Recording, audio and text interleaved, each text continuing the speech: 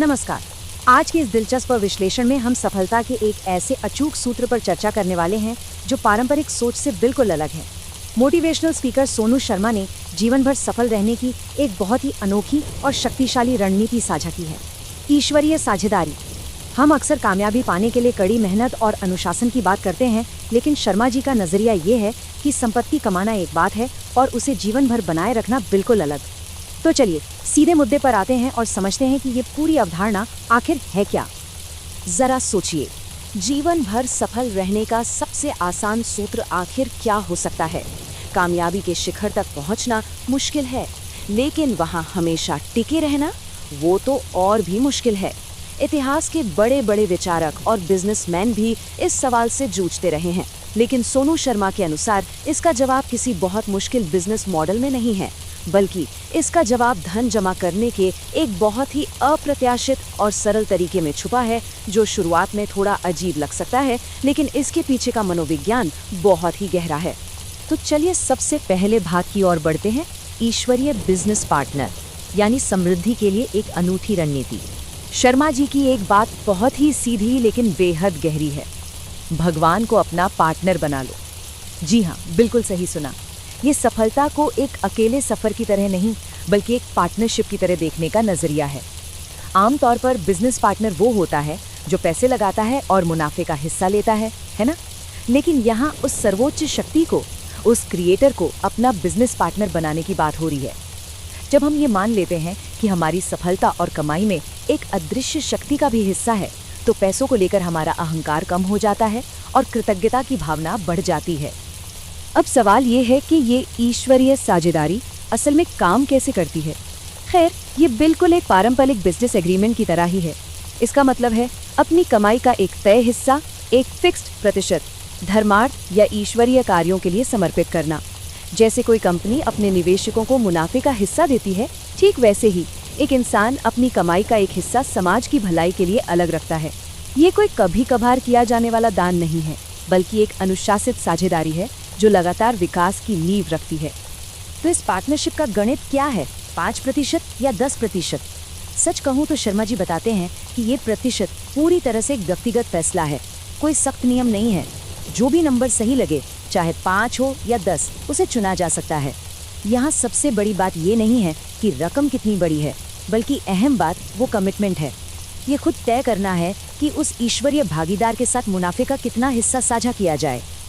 लेकिन इस पूरी रणनीति में एक बहुत बड़ा मनोवैज्ञानिक पेंच है। तो अब बात करते हैं भाग 2 की, दान का मनोविज्ञान और क्यों इसमें सही समय ही सब कुछ है।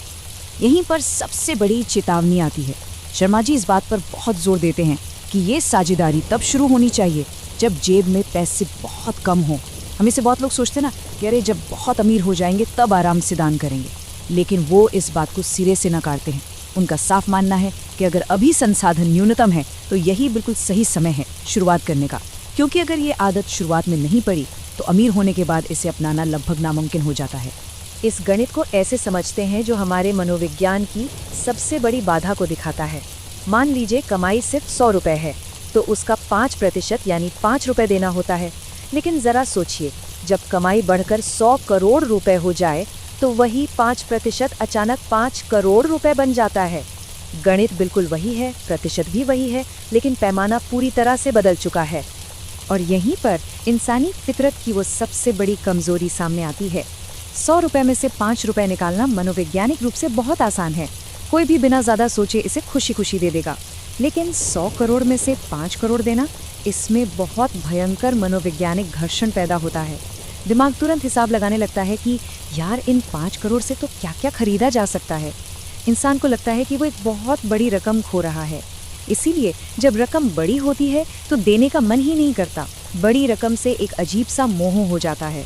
तो अब हम पहुंचते हैं अपने अंतिम चरण पर, आजीवन समृद्धि बनाए रखना और निरंतर विकास सुनिश्चित करना। अगर इस पूरे फॉर्मूले को एक क्रम में रखें तो ये कुछ इस तरह काम करता है। चरण 1, जब कमाई छोटी हो तभी इस साझेदारी की शुरुआत करें।